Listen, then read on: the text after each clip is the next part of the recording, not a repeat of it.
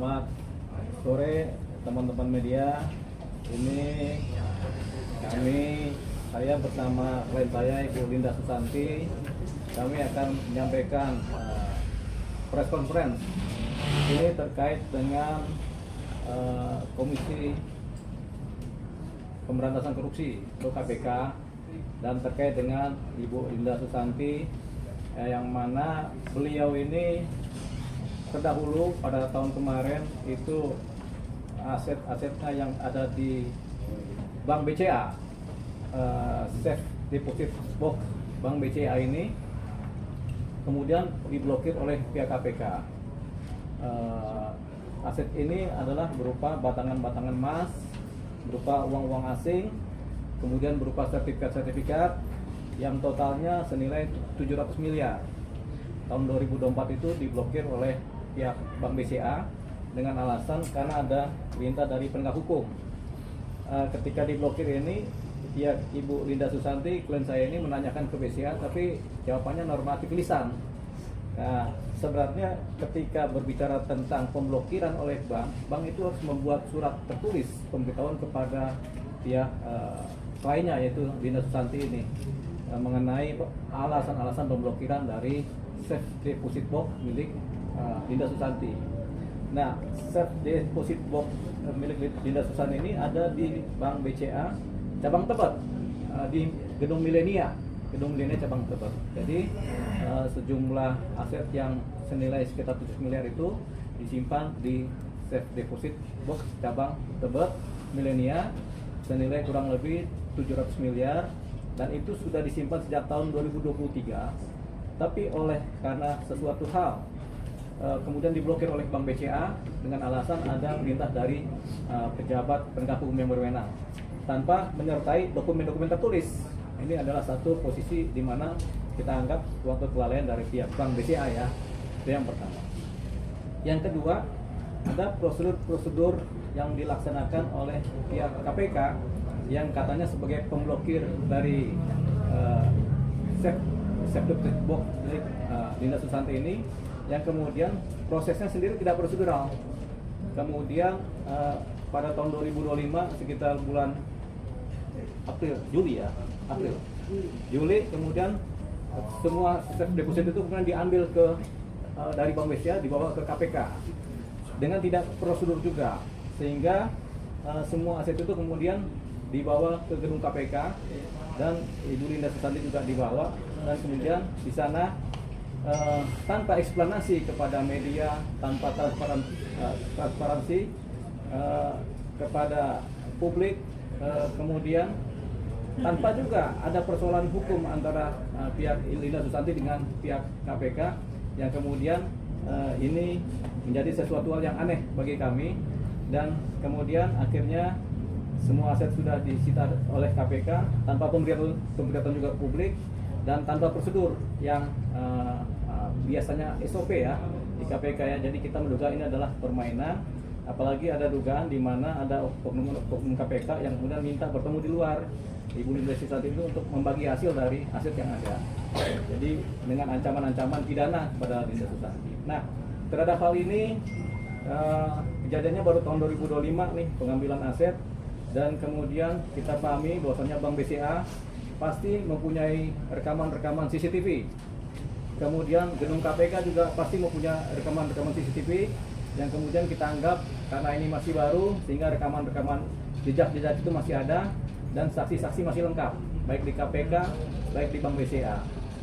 Nah, terhadap aset-aset yang disita KPK tersebut oleh Linda Susanti karena tidak berkaitan dengan perkara korupsi, sehingga dia minta aset itu dikembalikan.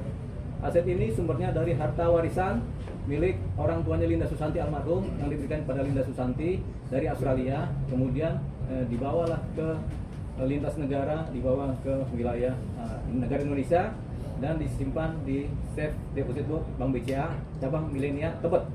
Gitu. Tapi sekarang barangnya sudah ada di KPK dengan cara yang tidak prosedural.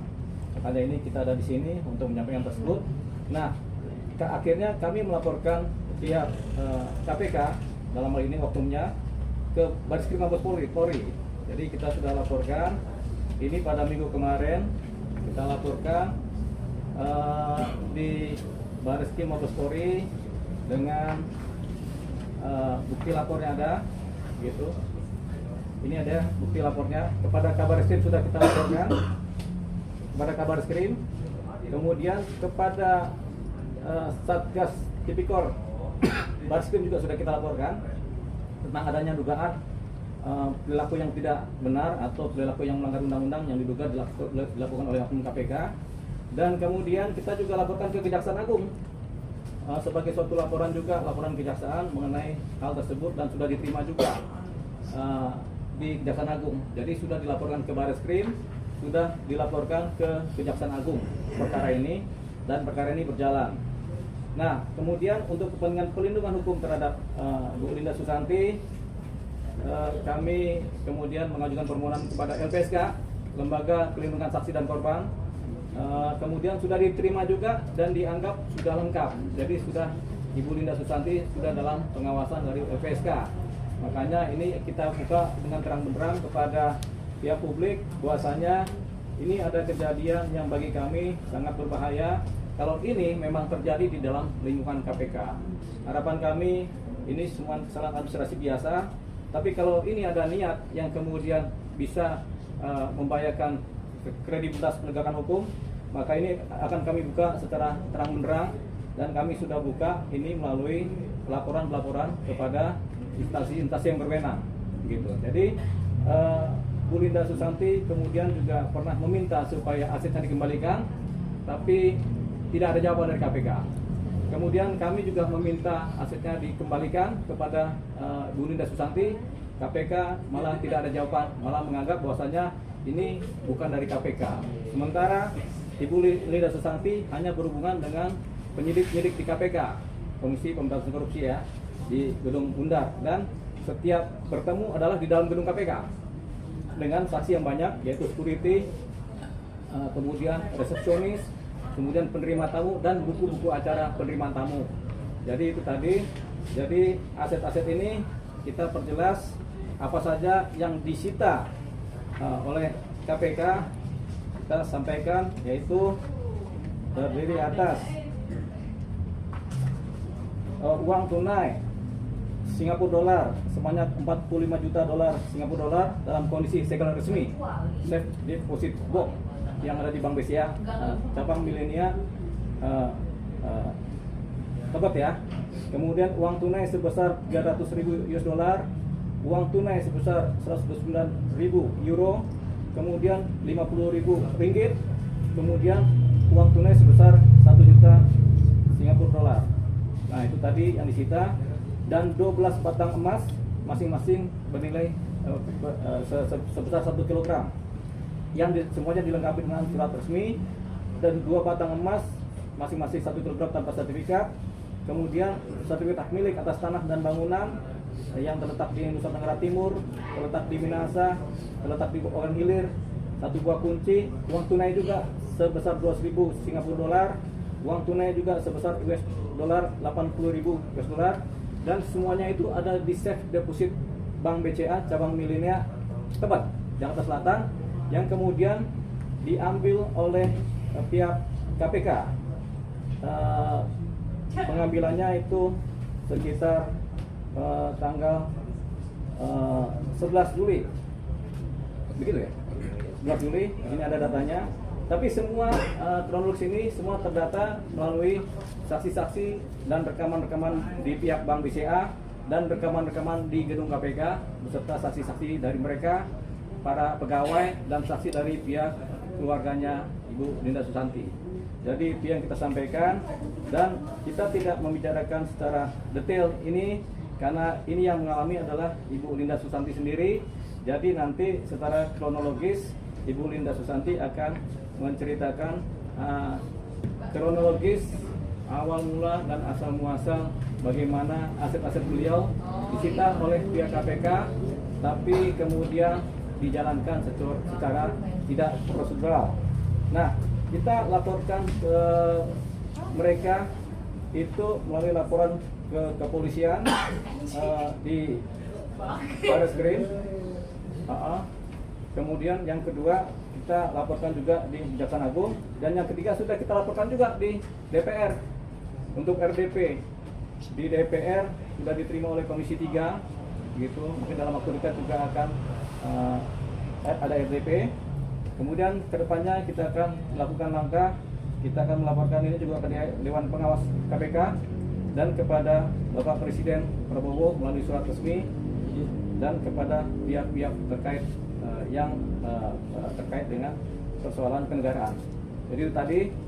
Nah, selanjutnya ini akan kronologis akan disampaikan oleh Ibu Linda Susanti sebagai korban.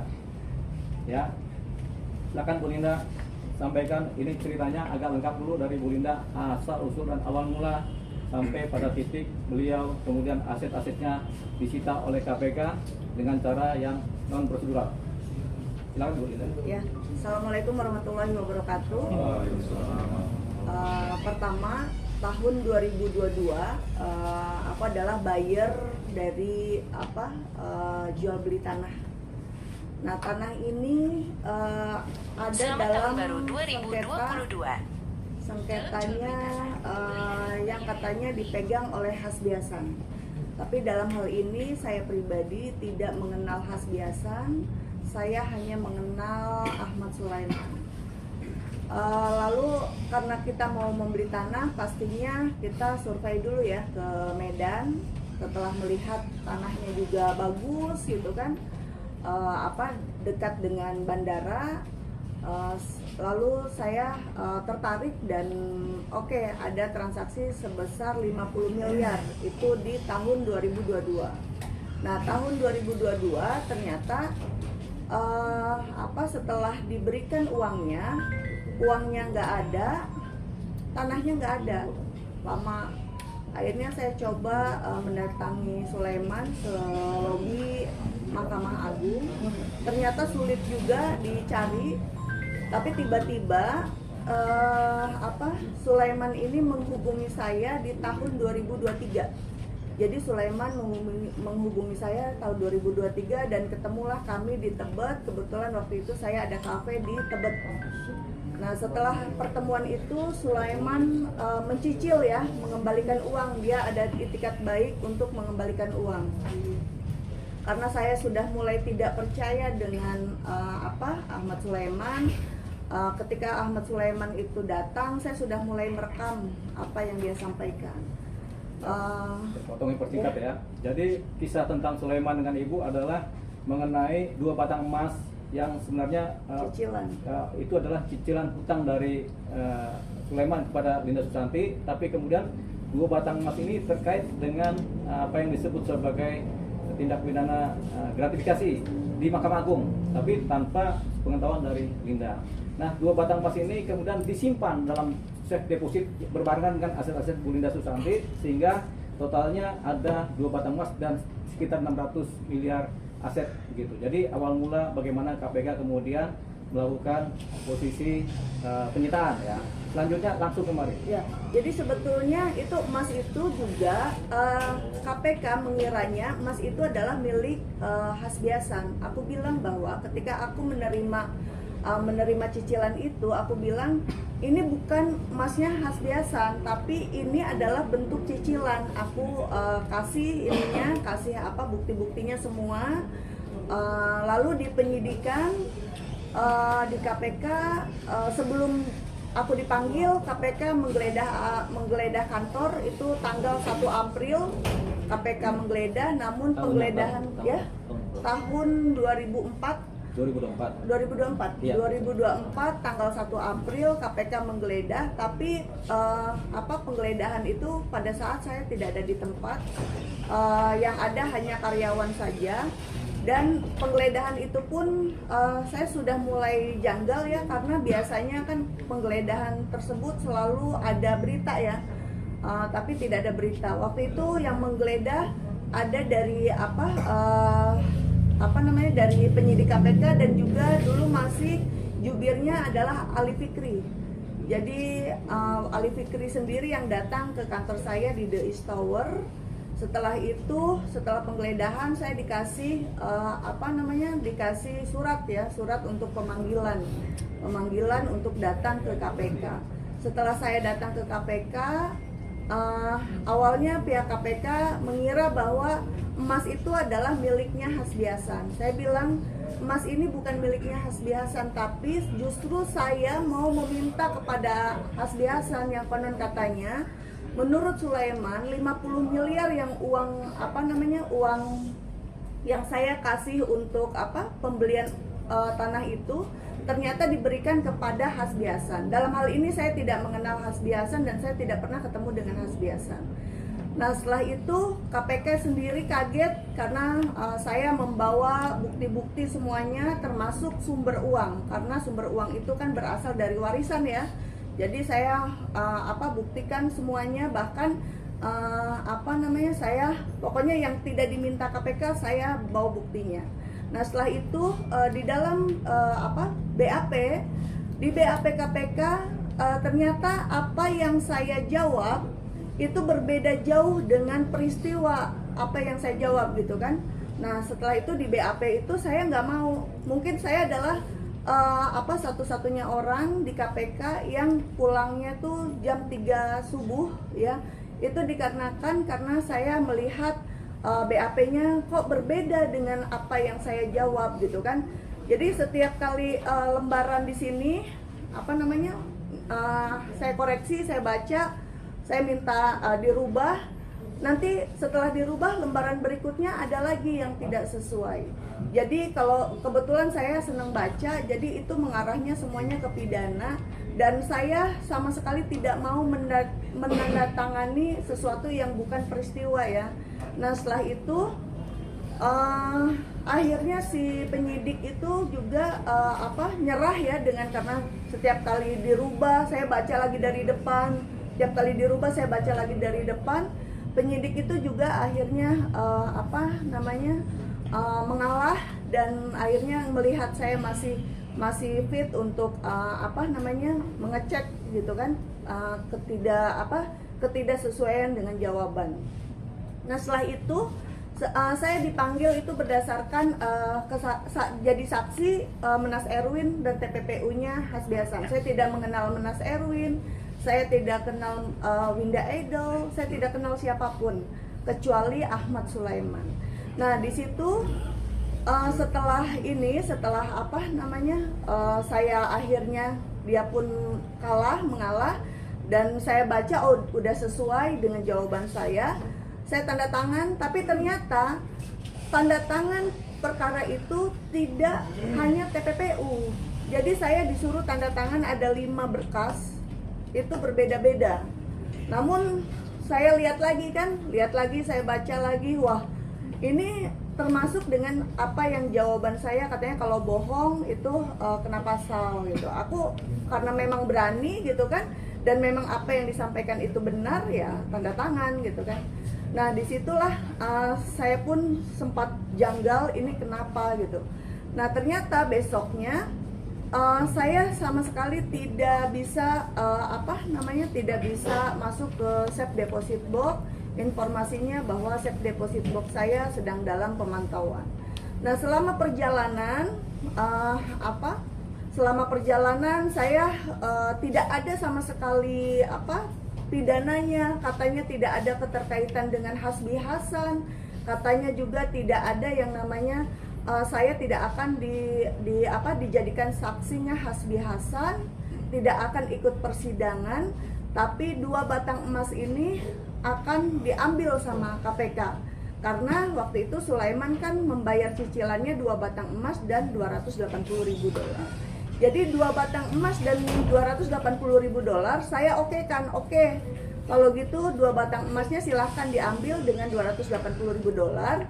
Jadi asetnya kembalikan ke saya. Nah, setelah itu saya tahu bahwa saya juga tidak ada keterkaitan dengan Hasbi Hasan dan itu sudah selesai. Saya meminta aset saya. Nah, lalu pihak penyidik KPK yang bernama Arif bilang begini. Arif atau siapa, Arif? Ada Arif dulu. Arif terus bilang gini, Bu, Ibu harus pindah warga negara dulu, baru nanti kita kembalikan asetnya. Nah, kembalikannya bagaimana? Kenapa pindah warga negara? Karena informasinya dia mengetahui bahwa saya sudah tidak betah di Indonesia, lebih baik ibu pindah warga negara, katanya gitu kan. Ibu bisa ikut suami ibu karena kebetulan kan suami juga orang Turki kan. Nah akhirnya karena saya memang yang penting ya sudahlah, yang penting kembali asetnya.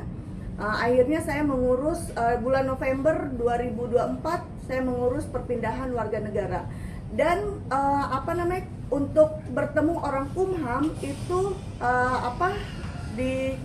dari si penyidik KPK. Jadi kata penyidik KPK, Bu, ketemu aja orang Kumham biar cepat proses proses perpindahannya, biar segera aset ini diberikan ke ibu.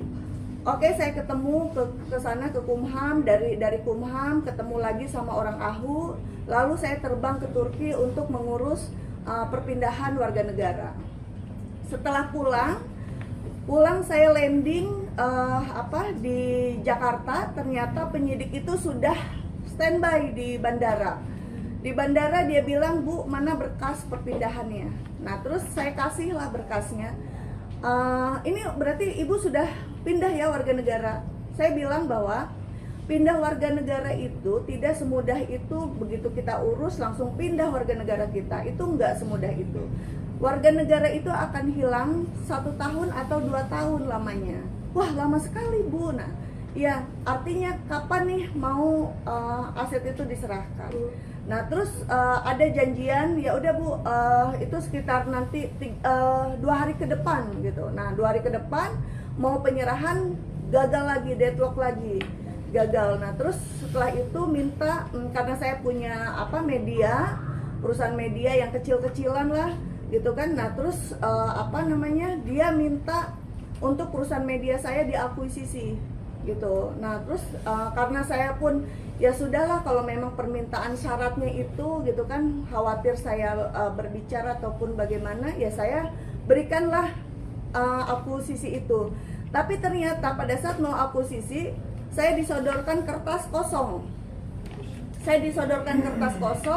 Suruh tanda tangan. Nah, disitulah saya tidak mau, karena saya bilang, Pak, saya tidak pernah diajarin sama orang tua ataupun sama orang tua. Kan orang tua memang sudah nggak ada ya, Bapak karena dari Australia. Tapi banyaklah orang tua yang menjadi orang tua saya. Saya bilang tidak pernah diajarkan tanda tangan sesuatu yang kosong. Kita nggak tahu ini apa gitu, tujuannya apa. Saya nggak mau. Nah, terus ibu tolong ibu tanda tangan saja. Nah, saya tidak mau sama sekali. Udah gitu, setelah itu deadlock lah dan tidak jadi. Nah, saya tanya lagi. Akhirnya saya dipanggil ke hotel, itu ada di Tebet hotelnya, untuk menandatangani sebuah BAP. Itu ada penyidik dari KPK dan ada penyidik yang lainnya gitu. Nah, terus setelah itu saya coba untuk baca, ternyata saya harus menjadi saksi Firly Bahuri. Nah, saya nggak mau. Di situ saya tidak mau karena saya tidak mengenal Firly Bahuri, saya tidak mengenal siapa-siapa gitu. Di situ saya tidak mau tanda tangan, tapi saya baca semua isinya. Jadi saya hanya datang, terus jawabannya sudah ada, suruh tanda tangan. Di situ saya nggak mau. Saya tidak mau. Terus bahkan saya ditawarkan, Bu, ibu kan untuk yang penting kan ibu ada pegangan gitu kan. Jadi kita mau kasih uang ke ibu. Saya nggak mau uang orang lain. Saya maunya uang saya, hak saya. Disitulah deadlock. Nah, setelah selesai, saya pun tadinya kan saya tidak boleh tanda tangan kuasa ya, sebelum sama Bang Deolipa tidak boleh tanda tangan kuasa.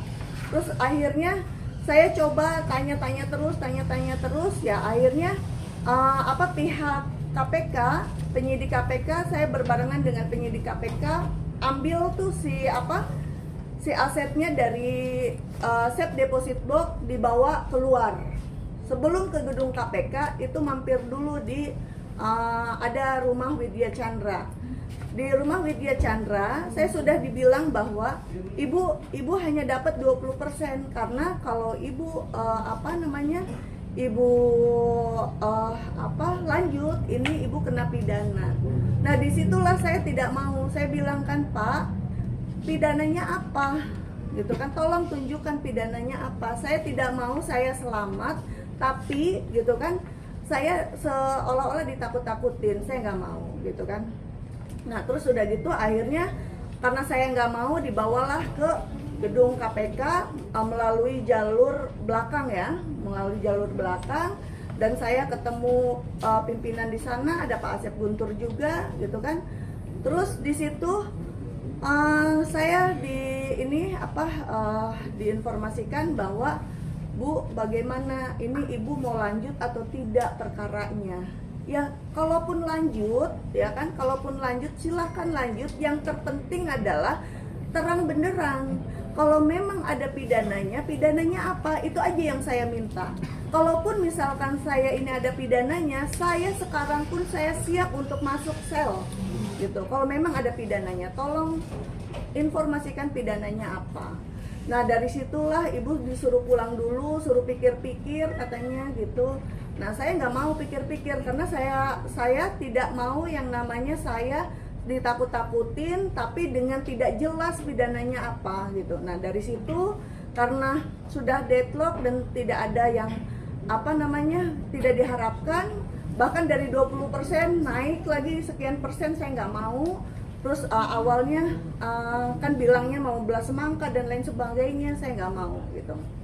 Nah terus akhirnya saya ketemulah Bang Deolipa dan kemarin sudah diberikan surat pengembalian aset karena saya pikir sudah ada surat bahwa saya tidak ada kaitannya dengan Hasbi Hasan dan saya tidak dijadikan saksi Hasbi Hasan. Nah setelah itu KPK bilang bahwa dari kita tidak ada lampiran sitaan. Nah itu yang nggak benar ya di pemberitaan, bahwa kita memberikan surat itu berikut dengan lampirannya. Nah setelah itu KPK mengatakan tidak ada di perkaranya Hasbi Hasan. Ya memang tidak ada di perkara Hasbi Hasan karena kan sudah ada surat bahwa saya tidak ada kaitan dengan Hasbi Hasan. Tapi ini tolong aset yang sudah ada tuh tolong kembalikan gitu. Jadi jangan ada lagi seperti ini. Nah, informasi dari KPK katanya mau memberikan surat ke saya dan atau ke Bang Deolipa. Ternyata sampai sekarang pun tidak ada surat apapun gitu. Nah, kebetulan saya juga ke belakang lagi ya, cerita ke belakang lagi. Sebelumnya saya diminta uang $200.000 Singapura sama Pak Asep Guntur untuk mengganti, katanya kan ada $280.000 itu untuk mengganti karena saya nerima $280.000 dari Sulaiman. Saya bilang kan, ini $200.000 ini seharusnya ambillah dari aset saya, jangan ngambil lagi dari saya. Terus saya tanya kan, karena saya ingin tahu seperti apa sih gitu penegakan hukum ini, bagaimana caranya saya untuk memberikan uang itu gitu kan. Nah minta dalam bentuk ribuan, $200.000, nanti bawa aja ke gedung KPK gitu. Nah saya tanya, memang bisa bawa uang dolar terus nanti X-ray-nya bagaimana bawa ke gedung KPK, karena kalau ke KPK itu tidak akan kenapa-napa katanya gitu, tidak akan aman lah daripada ketemuan di luar. Nah saya bawa uang itu ya, karena itu untuk pergantian. Saya bilang gini, ini bukan suap kan, saya bilang gitu kan, bukan suap kan, hanya pergantian yang 280. Saya pun sebetulnya bingung ya, kenapa 280 harus saya dulu yang ganti, nggak ngambil dari uang yang disita. Namun karena berbelit-belit akhirnya saya ikutin. Saya ingin tahu sejauh mana gitu kan hak saya dikembalikan. Nah ternyata katanya saya mau dibantu ininya, kan saya juga ada melaporkan orang ya yang penggelapan di Polda Metro, katanya saya akan dibantu perkaranya semuanya selesai gitu kan. Nah dari situ deadlock lagi, saya dibohongin lagi, ditambah lagi berapa persen gitu kan. Saya di sini merasa selalu dibohongin dan selalu terus-terusan kok nggak ada kejelasan gitu kan. Dan bahkan saya tanya pidananya apa, sampai saat ini pun tidak ada pidananya. Nah dari sinilah saya akhirnya membuat surat kuasa dengan Bank Deolipa. Ternyata sampai sekarang juga tidak ada tidak ada sama sekali surat dari KPK gitu kan. Nah harapan saya sebetulnya adalah KPK ini adalah Komisi Pemberantasan Korupsi, di mana seharusnya memberantas orang-orang yang ada di dalam ya, gitu. Dan saya ingin seperti konfrontir lah.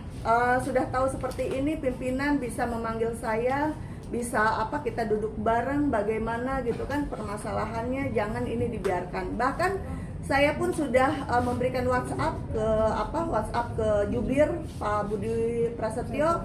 Pak Budi sampai sekarang pun tidak pernah menjawab WhatsApp saya. Itu sih. Kalau ada pertanyaan boleh. Ya, jadi saya ulang lagi kronologisnya singkat aja ya. Jadi supaya lebih detail, pada tanggal 1 April 2024 ya, pihak KPK datang ke kantornya di DS, kantor PT EBC Media di DS Tower lantai 37. Di sana kemudian pihak KPK melakukan penggeledahan terhadap semua dokumen-dokumen yang ada di gedung sana. Kemudian pada tanggal 2 April pihak KPK memanggil Ibu Linda Susanti yang lagi di Turki untuk kemudian datang ke KPK, datang ke gedung KPK untuk di BAP. Setelah di BAP, kemudian tanggal 2 April juga Linda Susanti siang untuk ini ya, tanggal 2 April juga, tanggal 3 Aprilnya Linda Susanti kemudian datang ke Bank BCA. Bank BCA cabang Milenia Tebet, di mana beliau mau mengecek aset-asetnya yang ada di safe deposit box di Bank BCA di Milenia Tebet. Ternyata asetnya sudah diblokir gitu. Nah, aset diblokir ini selama 1 tahun gitu, sampai kemudian pada 2025 aset ini kemudian di bulan Juli diambil oleh pihak KPK bersama Ibu Linda Susanti. Aset senilai 700 miliar ini dibawa ke gedung KPK dan kemudian disita di sana. Persoalannya sampai sekarang dokumen sita, tanda terima, kemudian pemberitahuan blokir dari Bank BCA tidak pernah sampai kepada Ibu Linda Susanti. Nah, menurut keterangannya Bu Linda Susanti, ada beberapa kali pihak oknum KPK mengajak negosiasi untuk bagi hasil terhadap aset-aset tersebut. Nah, kemudian akhirnya singkat cerita, kami kemudian meminta, atau Ibu Linda Susanti meminta supaya asetnya dikembalikan secara utuh, tapi sampai sekarang tidak ditanggapi. Kemudian kami sebagai kuasa hukum meminta juga asetnya dikembalikan secara utuh, sampai sekarang juga tidak ditanggapi. Malah kemudian dinyatakan dalam satu pemberitaan oleh juru bicara bahwasanya asetnya tidak ada yang disita. Gitu. Jadi ini suatu hal yang kemudian bagi kami ada dugaan penyelewengan atau perbuatan sewenang-wenang yang dilakukan oleh oknum KPK. Patut kami berikan catatan bahwasanya Ibu Linda Susanti hanya berkomunikasi dengan penyidik KPK dan setiap pertemuan ada di dalam gedung KPK. Semua bukti ada, kemudian CCTV ada, bukti berita acara ada, dan kronologis ada, saksi-saksi juga ada. Nah, satu hal yang kami sayangkan bahwasanya pihak Bank BCA itu tidak memberitahukan surat asli atau surat resmi pemberitahuan blokir kepada Linda Susanti, di mana dia punya aset yang di safe deposit box Milenia Tebet itu nggak pernah disampaikan, sehingga hanya sekedar bicara lisan. Ini adalah suatu prosedur yang salah di pihak perbankan. Yang kedua, ketika pemblokiran juga semua CCTV ada di BCA sehingga kelihatan. Ketika penggeledahan dan pengambilan aset juga ada juga di bulan April tanggal 11 ya, itu juga ada.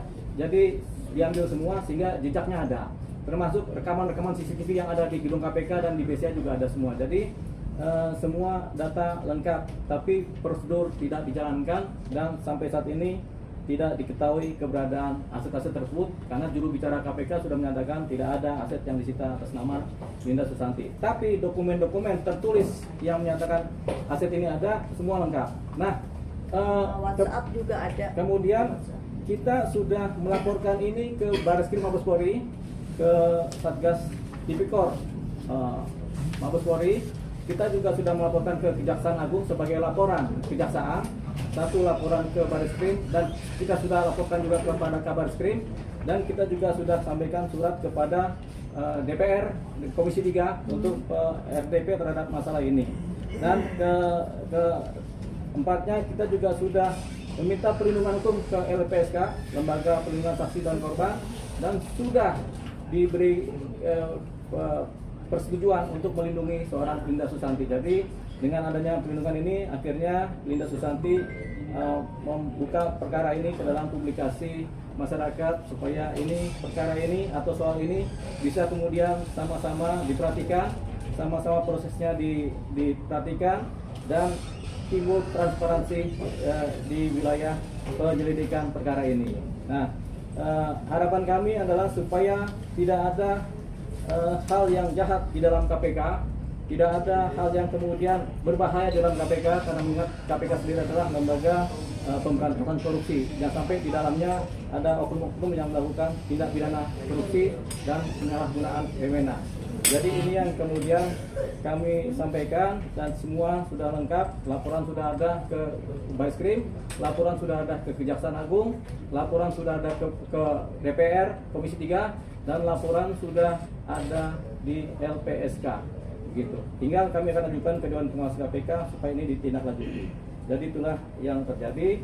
Yang jelas asetnya Ibu Linda Susanti yang senilai 700 miliar sampai saat ini berada di wilayah KPK, tapi kita tidak tahu keberadaannya. Di mana aset ini adalah aset warisan dari Linda Susanti yang tidak terkait dengan tindak pidana korupsi apapun juga. Ya, silakan kalau ada pertanyaan.